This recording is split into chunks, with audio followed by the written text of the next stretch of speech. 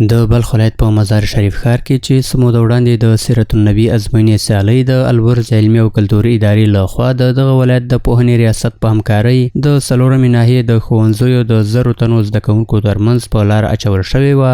10 تنه غوره ګټونکي اعلان او ځینې ډالۍ پرې وویشل شوې. په دې مناسبت جوړه شوې غونډه کې د مزار شریف ښار د پوهنې امیر د البرز علمي او کلتوري ادارې څخه د دغه سیالیو د جوړولو په پار مننه وکړه او د ښوونځیو د زده کوونکو لپاره د سیرت النبي د کتاب لوستل مهم وبلل. نوموړي دغه راز زیاته کړه چې دا ډول پروګرامونه د ځوانانو په دیني او اخلاقي زده کړو کې اغیزمن رول لوبولی شي. دغه نن غونډه سوه کم ګټونکي 10 نفره وو، نو هغه لپاره جوایز توزیع سو، ښه جوایز دوی لپاره توزیع سو.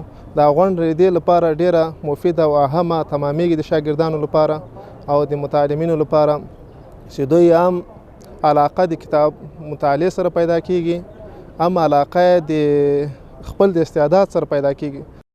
په یاده سیالۍ کې بریالیو زده کوونکو د دغه شان پروګرامونو په ترسره کولو خوښي څرګنده کړه او ټینګار یې وکړ چې د ورته سیالیو دوام کولی شي د پیغمبر صلی الله علیه وسلم د سیرت په برخه کې د دوی د پوهاوی کچه لوړه کړي. یکی از خیلی یک برنامه خوب است برای همه جوانان و نوجوانان که باعث رشد مطالعه فرهنگ در سراسر کشور میشه و ما میتونیم توسط این برنامه ها مطالعه خود بیشتر سازیم و از دولت هم تشکر ما است که همه برنامه ها را بیشتر راهاندازی کنند. این برنامه خیلی برای جوانان کمک میکنه که تا بتوانند از کارهای بیهوده دست بکشند و بتوانند سرشان درس خم کنند، درس بخوانند و کوشش کنند. میتوانند جوانان سری جوانان من باور دارم، مثلا خود باور داشتم که در اینجا رسیدم.